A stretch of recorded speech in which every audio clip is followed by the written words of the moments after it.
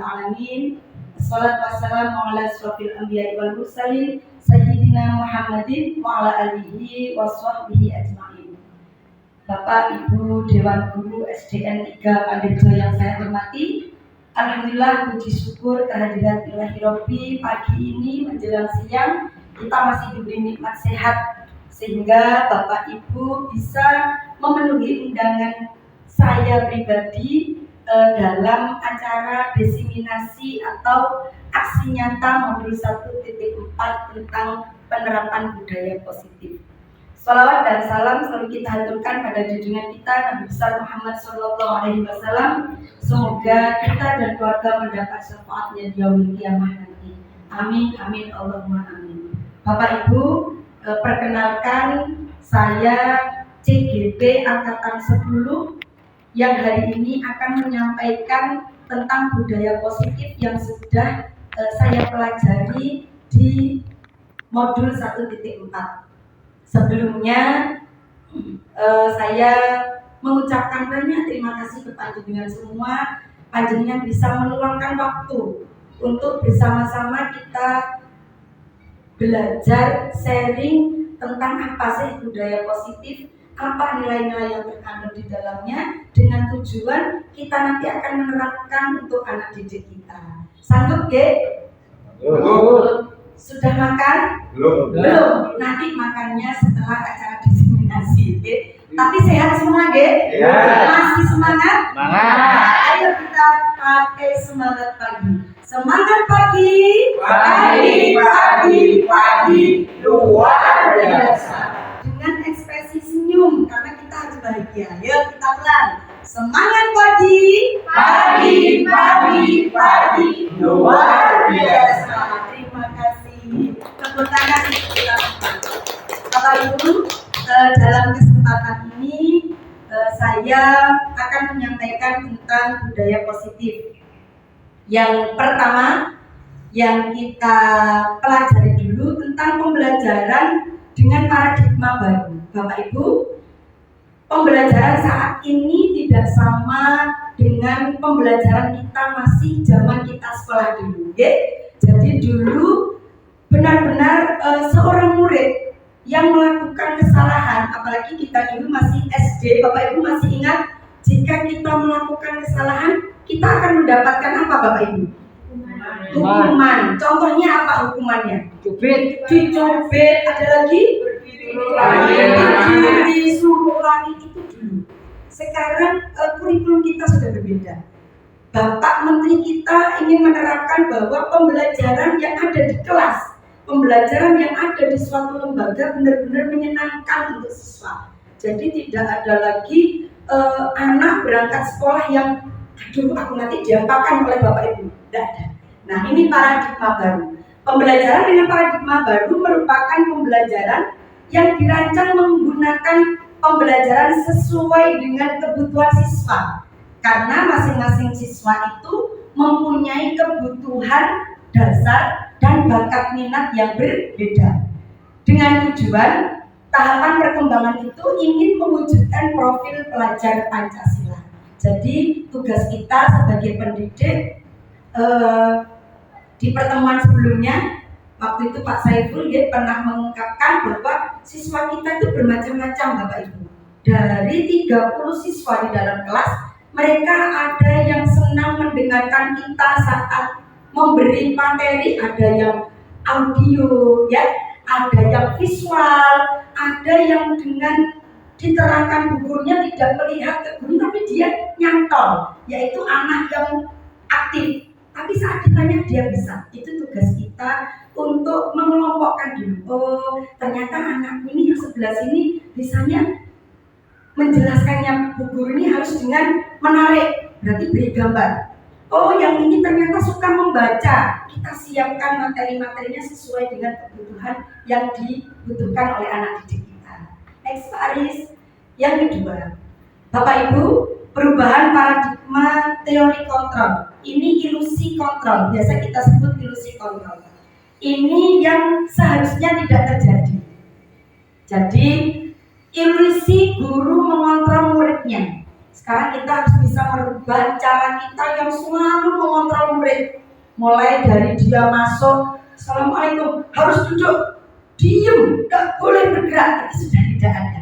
Ya, dalam pembelajaran atau dalam kurikulum Merdeka Belajar yang seperti Mas Menteri selalu gaungkan, sekali lagi anak-anak harus dibuat bahagia di dalam kelas. Kemudian yang kedua, ilusi bahwa kritik dan membuat orang merasa bersalah dapat menguatkan karakter.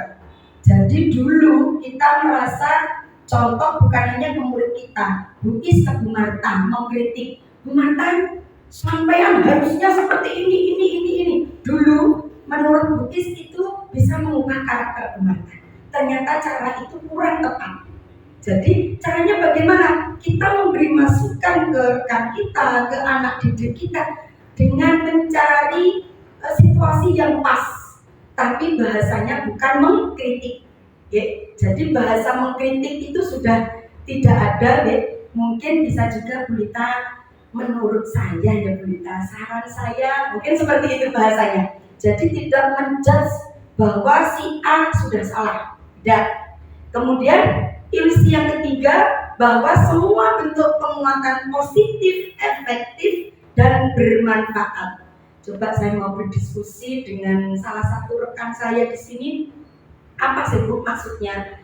Bahwa semua bentuk penguatan positif itu efektif dan bermanfaat. Coba saya minta Bu Lita. Menurut Bu Lita bagaimana ilusi yang salah ya, yang pernah kita lakukan bahwa dulu saya seperti ini Bu. Penguatan positif efektif pasti bermanfaat. Moga Bu Lita bagaimana? Boleh berdiri ya, biar teman-teman melihat. Terima kasih atas waktu dan kesempatan yang diberikan. Mungkin ini saya mencoba ya dari pengalaman yang pernah saya lakukan. Ilusi yang sebelumnya ya, paradigma lama tadi, bahwa kita memberikan peraturan di dalam kelas ini efektif untuk membentuk disiplin pada anak-anak. Mungkin selama ini kita memberikan aturan-aturan yang kaku pada anak-anak. Mungkin itu saja. Pertanyaan Bu Lita, monggo ada lagi yang memberi masukan? Oke, benar Bu Lita. Jadi Bapak Ibu di kelas, aturan yang panjenengan buat sekali lagi bukan dititik beratkan oleh pendidik atau gurunya yang membuat. Ya. Jadi peraturan yang di dalam kelas harusnya panjenengan membuat apa Bapak Ibu? Kesepakatan kelas, betul. Tawarkan ke anak-anak. Ayo anak-anak, sekarang kita sudah kelas 4. Apa kesepakatan kelas yang harus kita buat? Tawarkan mereka supaya anak-anak mulai berpikir, oh iya aku yang minta kesepakatan kelas itu. Saat aku melanggar, apa ya konsekuensi yang aku dapatkan? Nah, betul Bu Lita. Pendidik tidak boleh kaku dalam menentukan peraturan yang ada di kelas masing-masing. Oke, terima kasih Bu Lita. Kemudian yang keempat, ilusi bahwa orang dewasa memiliki hak untuk memaksa. Maksudnya bagaimana ya? Monggo saya bisa sharing dengan siapa dulu sebelum saya menambahkan nanti. Monggo. Dengan Pak Saiful, monggo kita. Oke, monggo. Berdiri supaya yang lain bisa mendengar. Berdiri.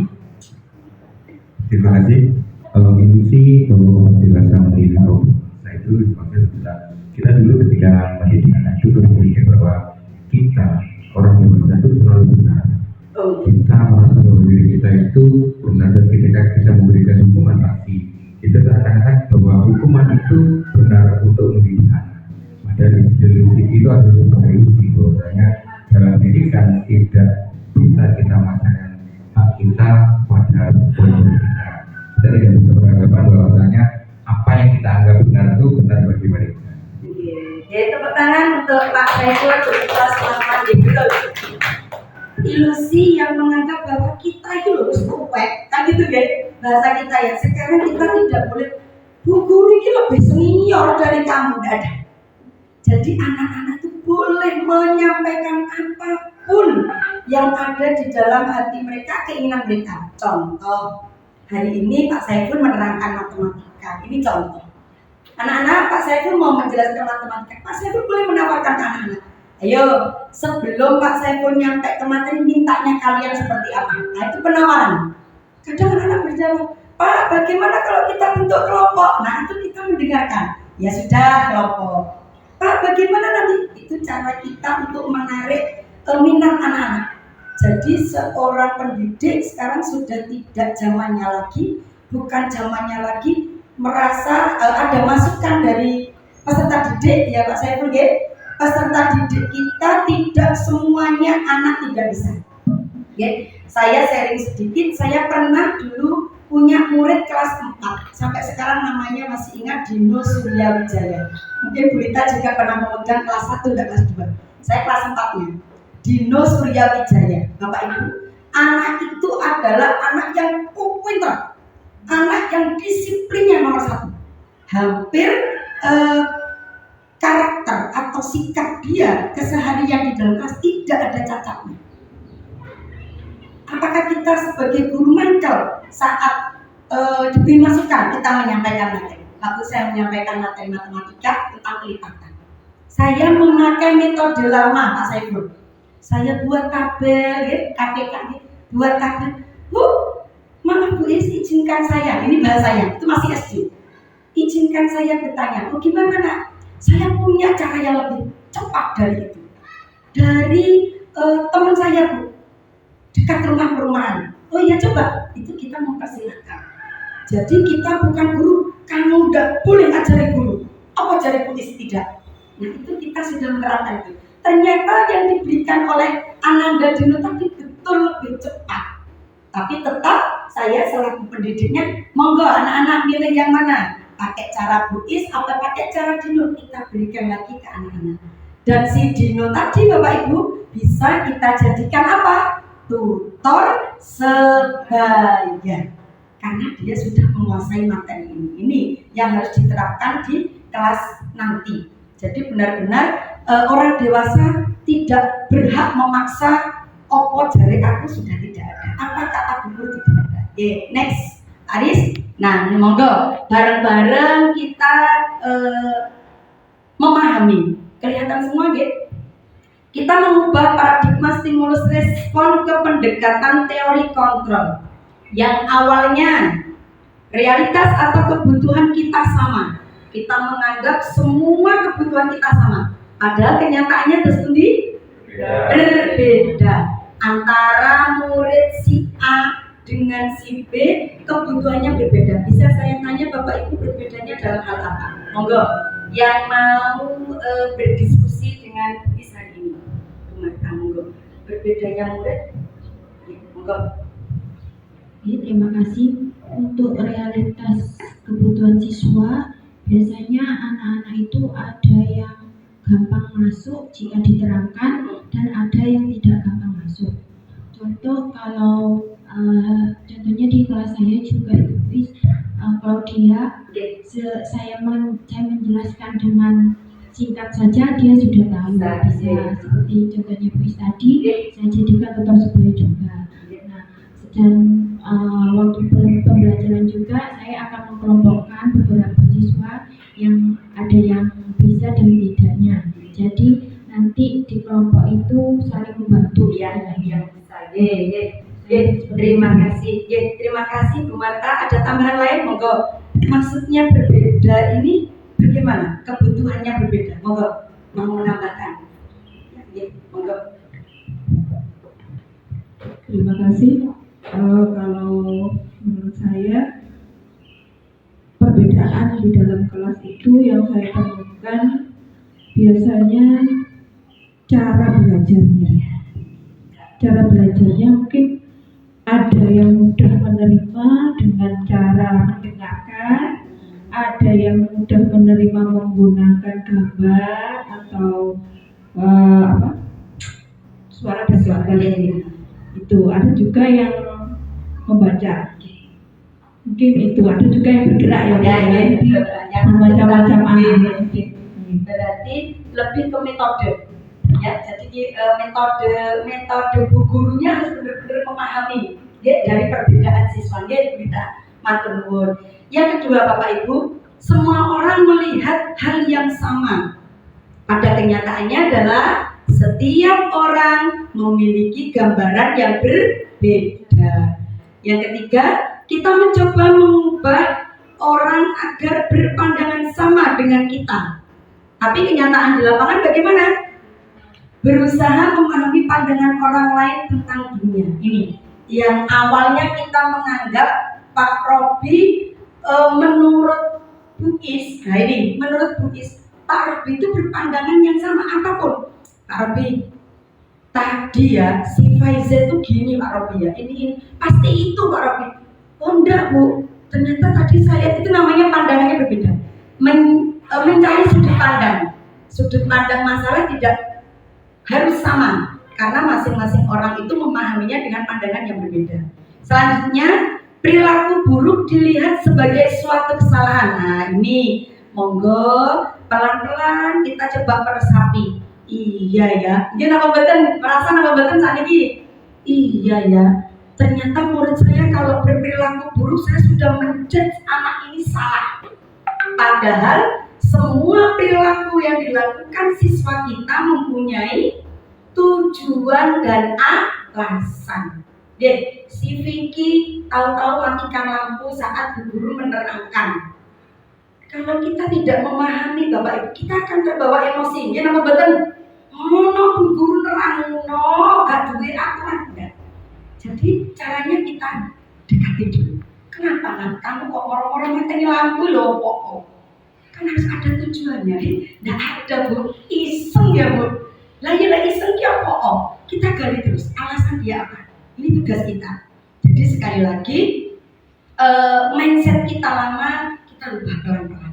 Bukan berarti memanjakan siswa Bapak Ibu. Betul. Kita memberikan kebutuhan yang dibutuhkan oleh siswa. Kita siapkan supaya kita benar-benar menjadi pendidik yang dirindukan oleh anak didik kita. Oke?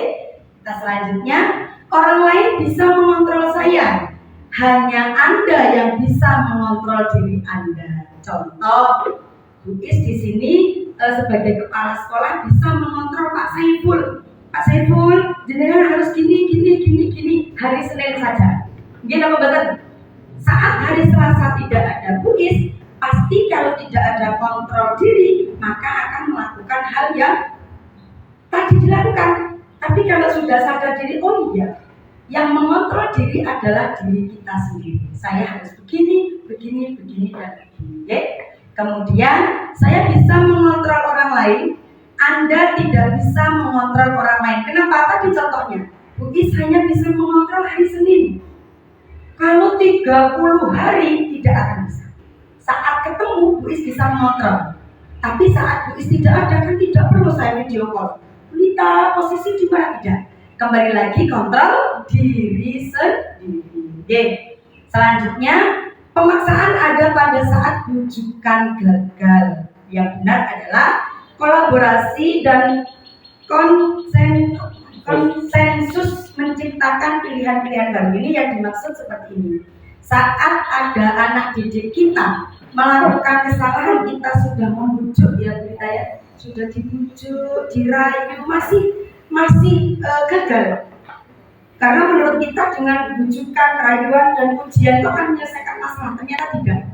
Berarti kita harus benar-benar kolaborasi. Kita cari rekan kita, boleh dengan rekan samping kelas kita. Kita kolaborasi untuk menciptakan enaknya bagaimana ya menyelesaikan masalah murid saya ini, boleh. Oke. Kemudian selanjutnya model berpikir menang atau kalah. Yang benar adalah model berpikirnya menang, dan menang. Kenapa? Dengan kita menanamkan model berpikir menang, anak-anak merasa apa Bapak Ibu? Kalau kita tanamkan suatu kegiatan, kalau di masing-masing kelas menanamkan kamu pasti bisa, kamu pasti, hasilnya apa anak-anak? Lebih semangat, apalagi percaya diri, apalagi lebih semangat, percaya diri. Satu lagi apa? Lebih optimis, terpacu untuk mewujudkan kata-kata menang. Yang paling utama dia terpacu. Iya caranya ya. Nah ini yang terpacu. Next Aris. Bapak Ibu, Apa sih disiplin positif itu? Disiplin itu artinya berasal dari kata disiplina, artinya belajar. Di mana disiplin itu mengacu pada disiplin diri yang memiliki tanggung jawab terhadap apa yang dilakukannya berdasarkan dengan nilai-nilai yang diyakini. Disiplin positif merupakan salah satu cara penerapan disiplin yang bertujuan untuk menumbuhkan kesadaran serta memberdayakan peserta didik tanpa imbalan penghargaan atau reward, ancaman dan hukuman. Ayo kita garis bawah. Oh, ternyata selama ini Bu di sini kalau memberi reward pasti salah, gede. Ternyata reward itu tidak semuanya peserta didik butuhkan. Kenapa betul? Tidak semuanya. Ternyata dengan ancaman, dengan hukuman tidak bisa mengubah peserta didik kita seperti yang kita inginkan. Jadi yang selama ini Bapak Ibu guru termasuk Bu Is yang sudah tertanam jiwanya sebagai penghukum, yuk hari ini kita taubat bersama-sama ya. Kita taubat. Oh ya Allah, saya sadar ternyata anak didik saya tanpa kita sadari kita mengucapkan, Kesya, awas lek metu-metu Kesya ya. Bu guru nak jedeng, awas itu sudah keluar. Kata-kata awas sudah terekam. Oh iya, tadi aku ada awas, aku berarti harus duduk. Dia tidak sadar diri, tidak dengan kesadarannya dia bersikap disiplin, tapi dengan ketakutan. Nah, oke. Jadi ayo pelan-pelan Bapak Ibu kita bersama-sama melakukan taubatan nasuha ya ke anak didik kita. Bu, saya tujuannya disiplin loh Bu. Betul. Tapi bahasa-bahasa yang sekiranya menakutkan atau membuat mental anak down sekarang sudah kita rubah pelan. Jadi tidak hanya panjenengan, Bu Is juga berusaha ini. Jadi contoh saat Bu Is mau berangkat rapat, anak-anak itu selalu bermain sepak bola tanpa alas kaki. Padahal kalau tidak pakai alas kaki saat kena paku itu bisa infeksi. Bahasa saya yang keluar di anak-anak, halo anak ganteng, sandal sepatu hanya gitu. Ya, itu masih pertama. Belum emosi level up, Bu, tapi gemes ya Bu, kadang sekali dua kali tidak direkam kita ya Bu. Ini mulai nada tingginya keluar, mulai. Tapi tetap tidak ada bahasa yang keluar kasar Bapak Ibu. Dalam arti tidak memojokkan si anak itu benar-benar salah. Jadi ini bareng-bareng nanti kita belajar bersama. Kemudian sebagai pendidik tujuan kita menciptakan, menuntun. Nah ini pesannya Ki Hajar Dewantara bahwa pendidik itu tugasnya bukan hanya mengajar, tapi mendidik, menuntun peserta didik kita menerapkan disiplin diri sehingga peserta didik dapat memahami nilai-nilai kebajikan dan dapat termotivasi untuk berperilaku baik. Ini PR kita di sini, yang bawah ini. Bagaimana cara kita menuntun anak didik kita? Bagaimana cara kita menanamkan? Oh, kalau kamu melakukan kesalahan ini, nah ini loh yang konsekuensi yang harus kamu lakukan, kamu hadapi. Ini loh yang kamu rugikan. Jadi anak-anak itu secara sadar mereka akan mengakui kesalahannya. Ya, jadi tidak langsung dijudge. Bu Marta, tadi Adik Vano ngomong jorok ya Bu Marta. Vano, lambemu tak takut tidak ada. Nah diambil. No, kenapa tadi nak? Siapa yang ngajari? Kita cari data dulu. Kita calling down dulu anak-anak didik kita biar mereka bisa tenang untuk menyampaikan alasan mereka, bisa mengeluarkan kata-kata tadi. Jadi benar-benar sekarang Bapak Ibu guru harus lebih banyak produknya apa? Sabar. Sekarang sabar, tidak ada lagi penjalin, apalagi penghapus yang melayang di udara, tidak. Karena anak didik kita itu butuh tempat ternyaman di sekolah kita. Next Paris, melahirkan nilai-nilai kebajikan yang tertanam pada diri siswa, yaitu profil pelajar Pancasila. Ada berapa profil pelajar Pancasila? 5 apa 6? Apa 4? Ada berapa? 6. Yang pertama, beriman, bertakwa pada Tuhan dan berakhlak mulia. Karena kita sudah melaksanakan ini? Ya. Sudah, betul. Dengan penerapan yang ada di sekolah kita. Sholat duha, doa bersama, ngaji morning, ya. Sudah. Kemudian yang kedua, mandiri. Anak-anak kita sampun melaksanakan ini? Ya. Sudah, Bu, sudah mandiri, Bu. Anaknya mandiri itu bukan hanya sekolah ditinggal orang tuanya. Mandiri dalam arti dia bisa mengambil sikap dalam hal apapun di dalam kelas. Kemudian berkebinekaan global, bergotong royong, kreatif, dan bernalar kritis. Saya tahu di siswa kelas 4. Bapak Ibu tahu semua kelas 4 jumlah siswa cowok 15, ceweknya 7. Hampir semua guru yang ada di kelas 4, kenapa Bapak Ibu? Kenapa Bunga? Ngelus dodol. Ya Allah. Karena memang didominasi siswa cowok. Ini justru tantangan kita. Bagaimana anak-anak yang aktif, siswa cowok dan itu aktif semua. Bagaimana anak-anak yang aktif ini bisa kita arahkan dan akhirnya dia akan menghasilkan produk yang kita banggakan. Dan itu sudah dilakukan oleh Bulita, anak yang aktif. Contoh si Kevin itu aktifnya luar biasa. Ternyata dia pintar mengotak-atik robotik. Nah ini sudah poin plus bagi Bulita sebagai gurunya, sudah mengarahkan, kita beri plus untuk Bulita, sudah mengarahkan siswa yang umek ya, bahasanya umek aktif, diterangkan Bu, saya menerangkan di depan hilang 3 ke kamar mandi, diterangkan lagi 2 di kamar mandi, ternyata mereka itu lembutnya di kamar mandi. Nah, di balik umeknya anak-anak diberi alat atau otomotif yang tidak ternyata jadi. Berarti anak-anak itu aslinya dia bernalar kritis.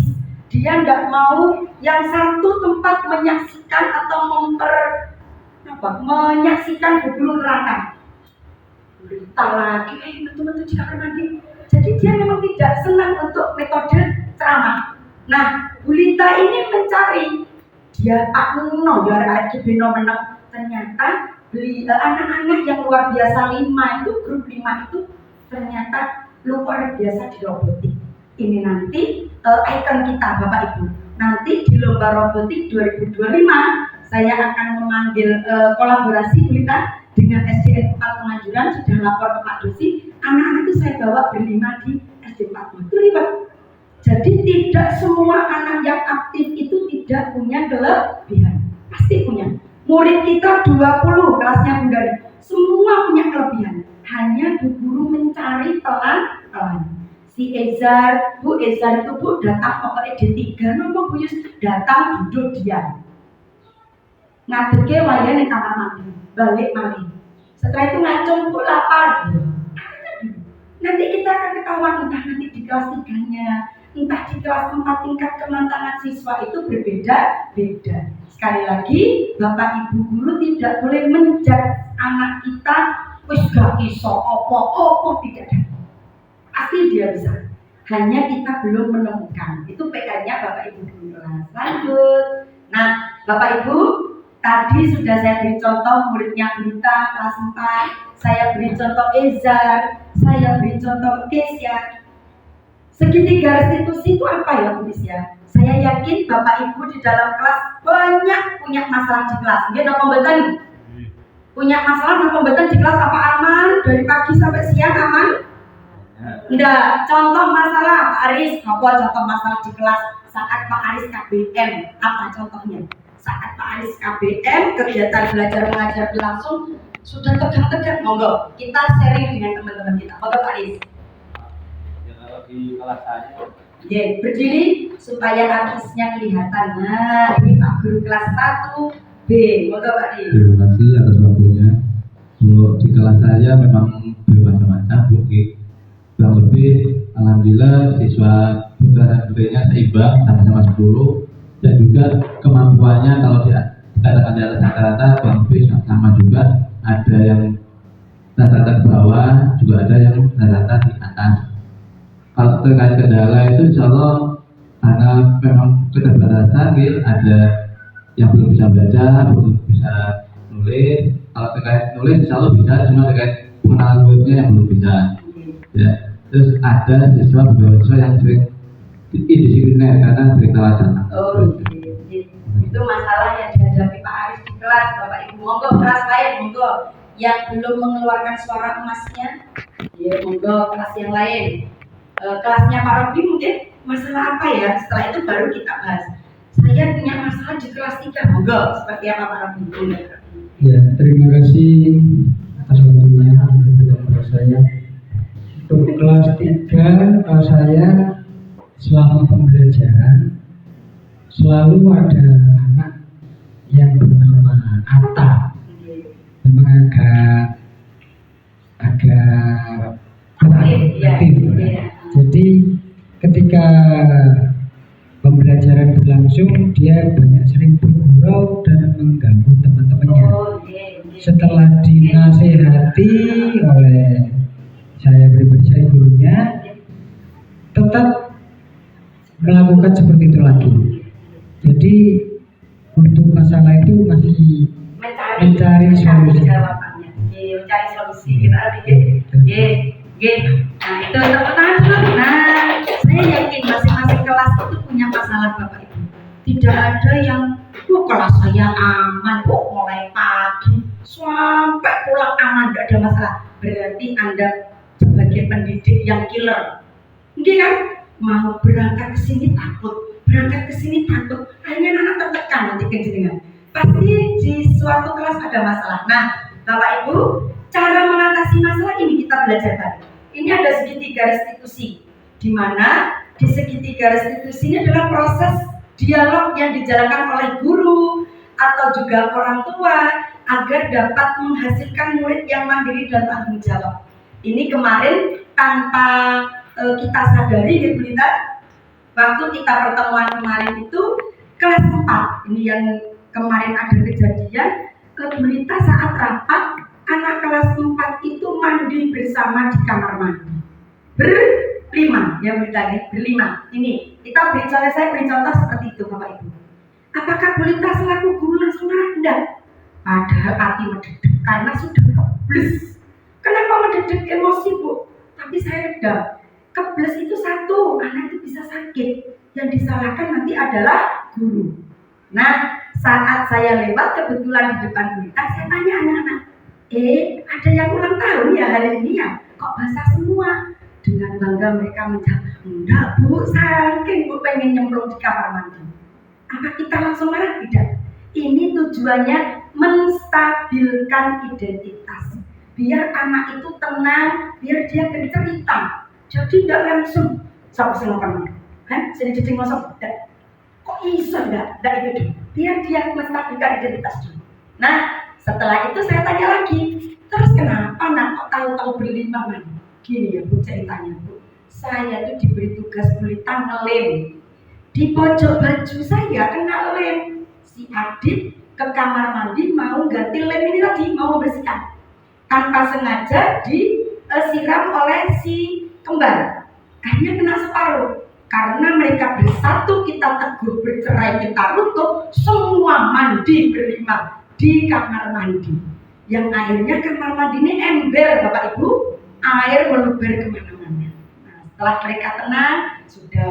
Sekarang Bu Istanya, kira-kira tindakan kamu tadi salah bener nak? Salah Bu. Loh kok salah kok iso? Rugi Bu, udah ikut pelajaran Bu Lita. Satu, mereka sudah sadar. Terus ada lagi nak? Yang kedua Bu, kasihan mbak-mbak kelas 5 ikut ngepel. Nah sadar lagi. Ini jawaban anak-anak langsung. Yang ketiga nak apa lagi? Sakit Bu, karena kan basah Bu. Terakhir dipukul orang tua Bu. Nah ini jawaban anak. Berarti mereka sudah sadar apa yang mereka lakukan banyak merugikan yang lain, bukan hanya merugikan diri sendiri. Setelah kita menstabilkan identitas, langsung yang kedua tadi mengakui kesalahan. Kita validasi tindakan mereka yang salah, bukan guru yang menyalahkan. Mereka panjenengan hanya menggiring. Biar mereka sadar sendiri dengan kesalahan mereka. Nah, sama dengan Pak Robi tadi, bisa dicoba memakai segitiga restitusi Pak Robi.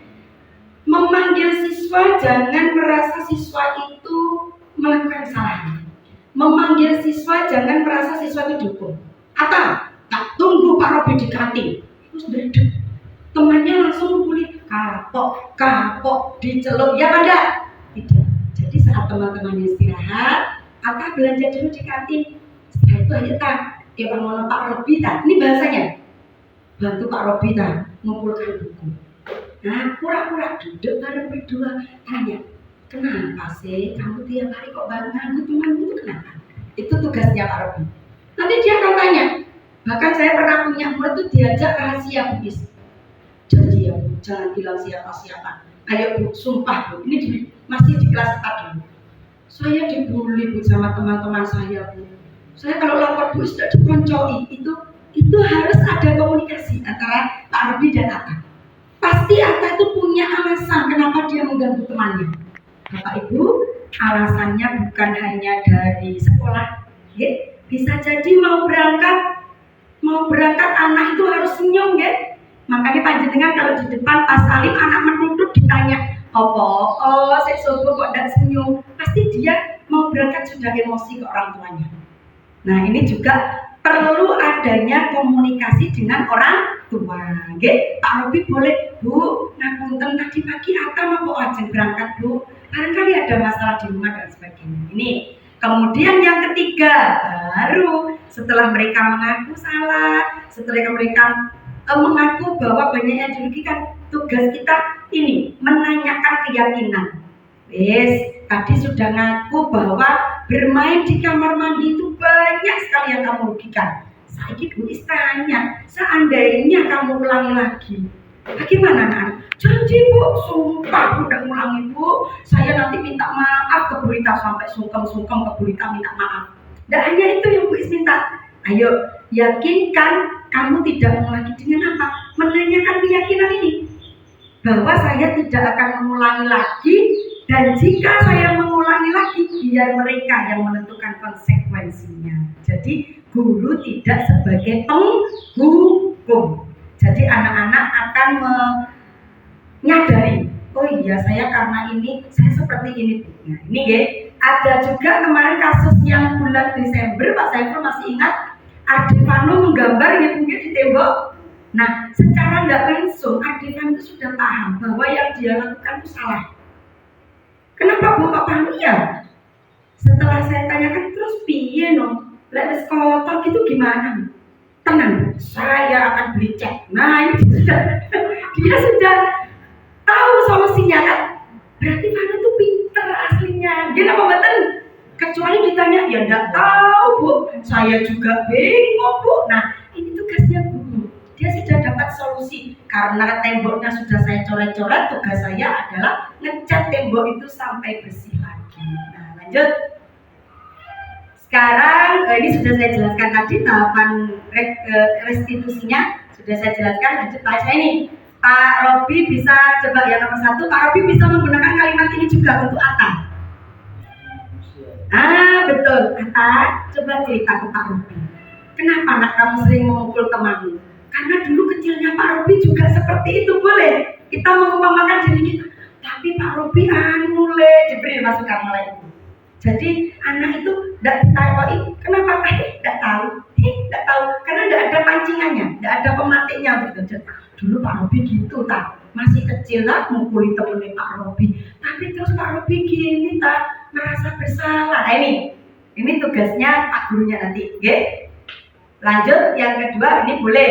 Ketika kita menolak anak yang berbuat salah, dia akan tetap dalam masalah. Yang diperlukan kita memahami seperti yang saya jelaskan tadi.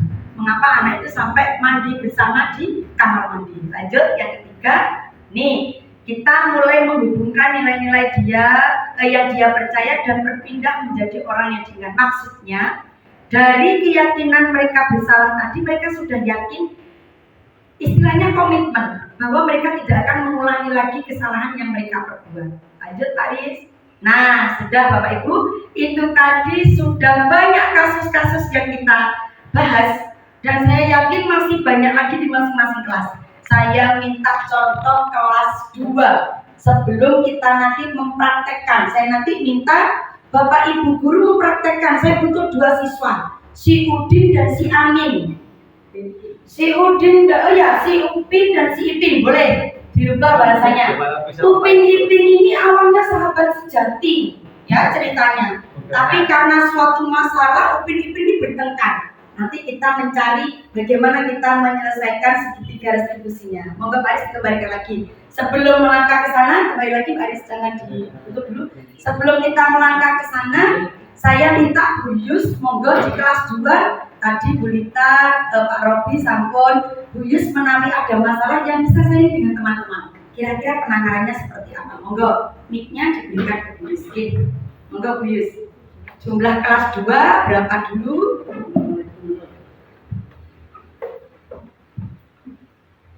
Habis baterai, sudah. Ya.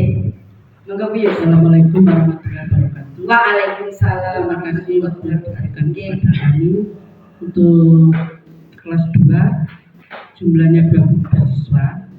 Semuanya saya kira anak-anak itu sudah memenuhi untuk standar kelas 2. Intinya untuk pembelajaran ya insya Allah sudah hampir 90% membaca berarti sudah baca cuman satu yang tadi Ezar. Itu Ezar itu di kelas apa saja yang dilakukan Bu Yus? Saat Bu Yus menyampaikan materinya. Sama seperti teman-teman yang lain, cuma kendalanya dia satu membacanya itu agak lambat. Oh, hanya itu aja. Tapi dia bisa huruf. Bisa huruf, bisa mengerti huruf. ABD juga ngerti. Cuma misalkan kita menggunakan metode dikte itu dia itu pasti lambat. Misalkan bersama-sama dengan teman-temannya, misalkan Jakarta, ibu kota itu, jadi saya itu khusus untuk ejar, anak-anak sudah menulis J A gitu, saya harus membunyikan seperti itu. Tapi kalau jahil ke teman betul tidak, namanya diam. Monggo Bapak Ibu yang lain bisa menanggapi, memberi solusi untuk Bu Yus bagaimana enaknya Ezar ini. Monggo, yang lain boleh menanggapi ini sebelum saya nanti menambahkan. Monggo, Pak Saiful, monggo bisa menanggapi ke tugas Ezar kalau kekurangan Ezar. Monggo Pak Saiful. Mic-nya Bu Yus. Monggo mic-nya. Aku kendalanya cengeng. Oh, Ezar itu juga nangisan. Nah, ini ada lagi kasusnya dia nangisan. Itu nangisan sudah waktu dibully teman apa tahu-tahu nangis sendiri? Kadang-kadang nangis sendiri, ada nanti Oh, jadi dia nangis. ya seenaknya melakukan. Bu Yus tanya, kenapa nangis ngeprank? Oh, gitu ya. Ya, kita solusinya berarti ya. Apa namanya? Saya naik diri gitu. Oh, Saya lapar. Oh, iya. Yuk makan dulu. Itu saat jam pembelajaran ya.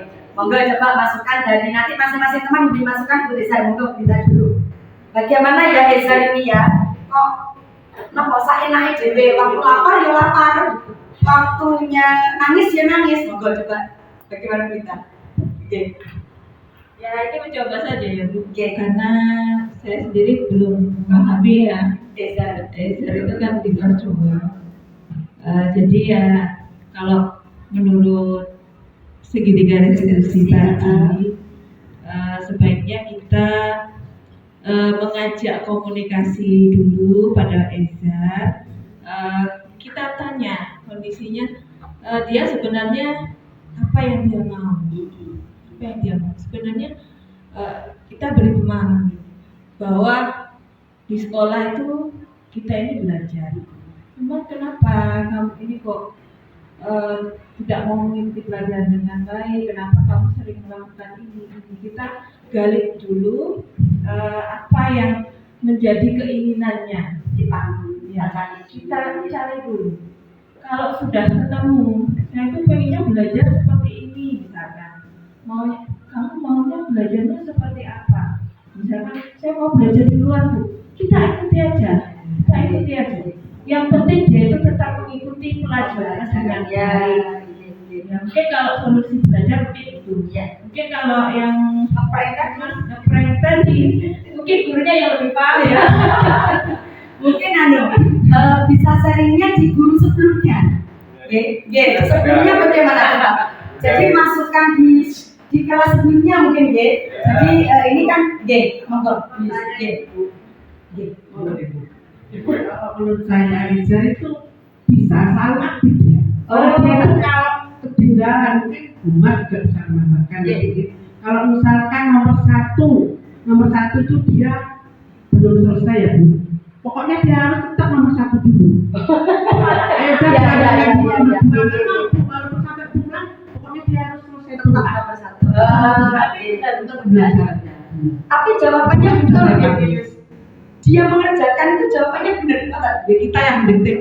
Oh iya. Jadi saya ingin mendengar guru agamanya. Ya, Bapak dari guru agama. Di waktu pembelajaran agama Gus Kunti Kumar. Ini si Eza. Terima kasih. Betul apa yang dikatakan Bu Yus tadi. Ejar itu memang sikapnya seperti itu. Namun pada waktu pembelajaran agama ya juga sama dengan Bu Yus. Pada waktu nanti saya memberikan pelajaran, kalau sudah saya dikte, temannya menulis, dia diam. Saya suruh menulis itu diam saja. Nah nanti kalau temannya sudah selesai, dia maju. Bu, saya belum. Ya sudah. Saya, ya Bu ya sudah bawa sini bukunya, duduk di sebelah rumah. Saya ajarin di situ. Oke. Nulis Jadi dia itu apa ya, mintanya perhatian khusus. Khusus harus diperhatikan. Yang maju, kalau sudah diajari yang duduk di sebelah, ya nulis. Nah, berarti Terima kasih. dalam hal ini Bapak Ibu, Ejar ini butuh nopo? Perhatian dan kasih sayang. Dia yang butuh itu. Makanya saya waktu pulang juga. Ya betul. Ini tugas bu gurunya ekstra. Harusnya teman-temannya pulang, ya. Dan yang paling penting lagi saat berada di samping bu guru, katanya Bu Mardia merasa nyaman. Nah itu yang kita harus penuhi. Benar kata Bu Lita tadi, seandainya ditanya Izar, kamu maunya garap di mana? Bawah pohon, terno potong bawah pohon, ya. Tapi tetap tidak melalaikan yang di dalam kelas. Ngerti nggih? Jadi Izar itu mungkin ini masih kita bareng-bareng ya. Dia di kelas merasa bosan, ngerti masih nggih? Jadi kok di kelas ini ae lho buku yang nomor 3. Mungkin dia dengan keluar dia akan enjoy. Karena yang saya tahu saat saya di ruangan saya, Eza itu bisa saya hitung 3 kali Pak Saiful lewat ruangan saya dari barat, balik lagi ke timur. Saya tanya tidak dari kamar mandi, dari mana nak? Gak ada, balik lagi. Jadi dia hanya butuh hawa, bahasa saya itu butuh hawa di luar. Menurut saya itu. Jadi ini tugasnya bu gurunya ekstra, tapi semangatnya betul. Bahkan sakit pun dia masuk. Nah ini poin plusnya. Jadi kan saya ngomong dari awal, tiap anak punya keunikan sendiri. Jadi Ezar itu menurut dia apa yang saya lakukan sekali ngomong, Bu Yus lapar nih, jadi dia bener karena aku lapar. Aku mau komentari sampai istirahat. Cuma nanti pelan-pelan diajarin bahwa jam istirahatnya jam sekian. Nah, jam sekarang ini harus kamu belajar dulu sampai selesai. Nah itu, tapi tetap didampingi seperti Bu Mar tadi, dia sudah nyaman berada di posisi sampingnya Bu Mar. Mungkin itu untuk Ezar. Sekali lagi Bapak Ibu, kita tambah stok sabar kita. Karena kalau kita ego, apalagi sampai kita mikir orang tuanya loh, saya telepon nggak diangkat. Nomor 2, nomor 3, tugas kita jam 7 sampai siang adalah mendidik anak-anak kita. Tidak ada yang lain, tanpa embel-embel orang tua. Nanti cara seperti Bu Mar sampun dilakukan, Bu Yus sampun. Yang terakhir, komunikasi dengan orang tua. Tapi membawa data, membawa dokumentasi saat Bu Mar nulis bareng, saat Ezar mlebah metu teng kamar mandi, supaya orang tua paham juga. Bu, teng sekolah kula pun nonton Ezar. Tolong di rumah Ibu juga harus mendampingi Ezar. Nanti hasilnya akan kelihatan. Karena antara di rumah dan di sekolah kami sudah sama-sama mendampingi. Nah, tadi please usianya yang sudah 57 masih ada tugas yang berat untuk Eza. Kemudian Bapak Ibu, saya saya mempelajari banyak hal ya. Ternyata hari ini kita senang ya, kita sharing antara kelas 1, 2, 3, 4, 5, 6 dengan berbagai masalah yang dihadapi di kelas. Ternyata kita sudah bisa mencari solusinya bersama-sama. Untuk lebih jelasnya, saya ingin 2 bapak guru ganteng-ganteng saya, monggo ya, namanya kita ganti di sini Upin dan Ipin. Ayo kita beri aplaus untuk Upin dan Ipin kita. Ayo, coba nanti bisa dipraktekkan di kelas masing-masing. Monggo Pak Robi dan Pak Saiful di depan. Yuk mempraktekkan. Di sini saya ingin Pak Robi sama Pak Saiful mempraktekkan Kevin dan Hasmi bertengkar.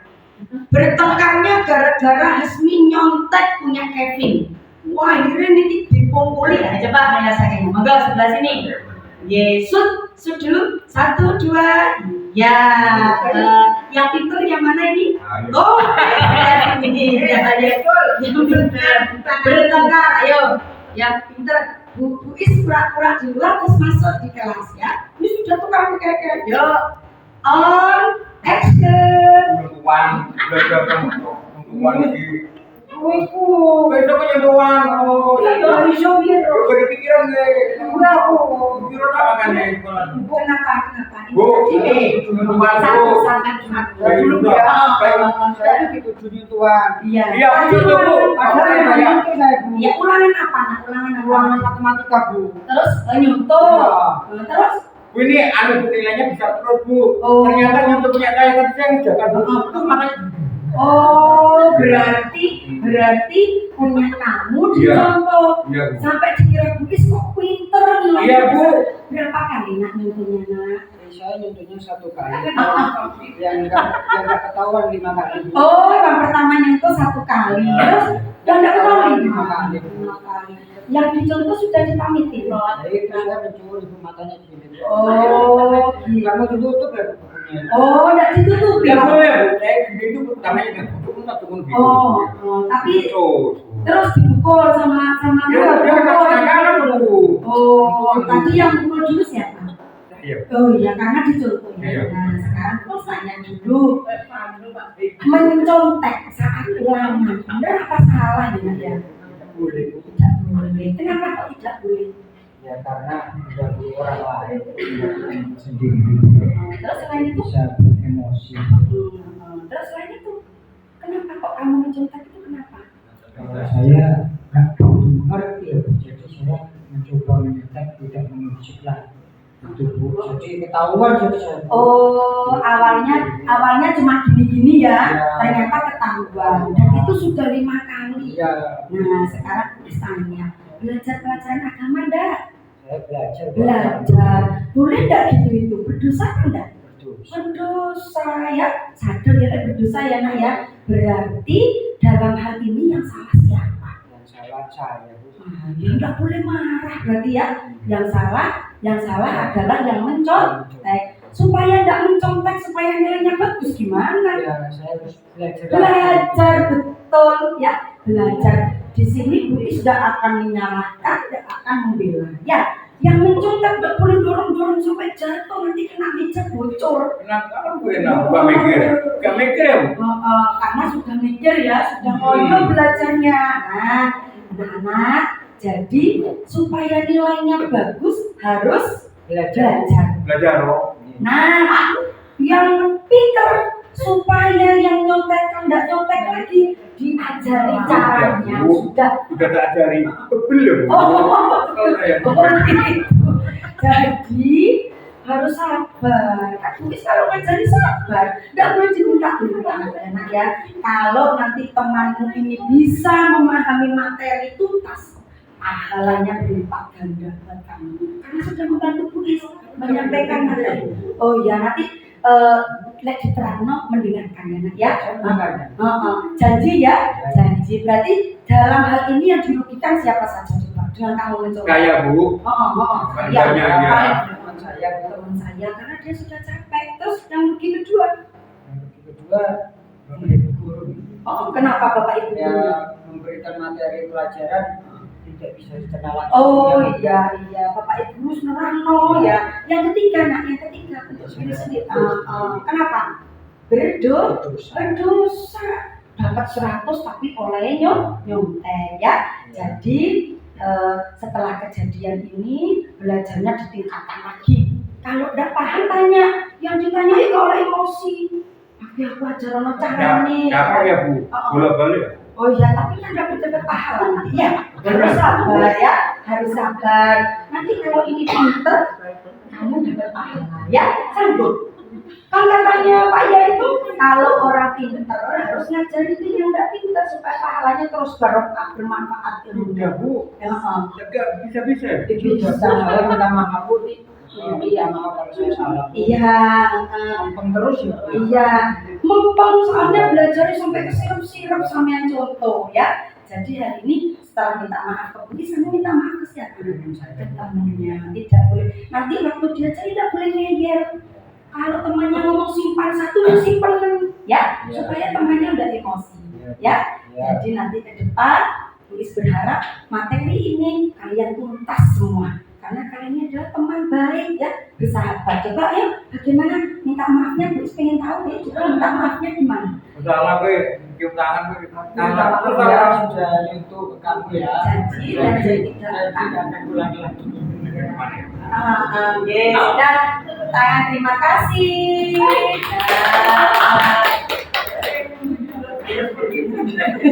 Sampun Bapak Ibu, itu tadi contoh kecil yang terjadi di kelas kita, dan semuanya pernah merasakan ya. Nah, pernah merasakan anak-anak kita saat dicontek gak terima, ini contoh kecil. Jadi harapan saya nanti setelah kita belajar siang ini, panjenengan terapkan di kelas masing-masing. Panjenengan boleh kita nanti sharing dengan Bu Rita, dengan saya ya. Bu, sudah saya pakai metode ini, masih tidak kena yang terbaik, boleh. Kita sharing sama-sama supaya anak-anak didik kita benar-benar merasakan kenyamanan belajar dengan bahagia.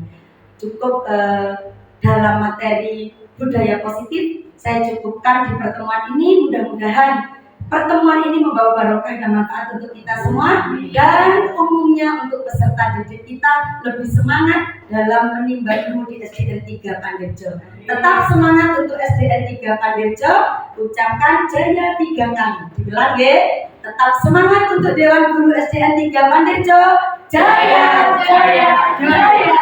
Terima kasih. Assalamualaikum warahmatullahi wabarakatuh.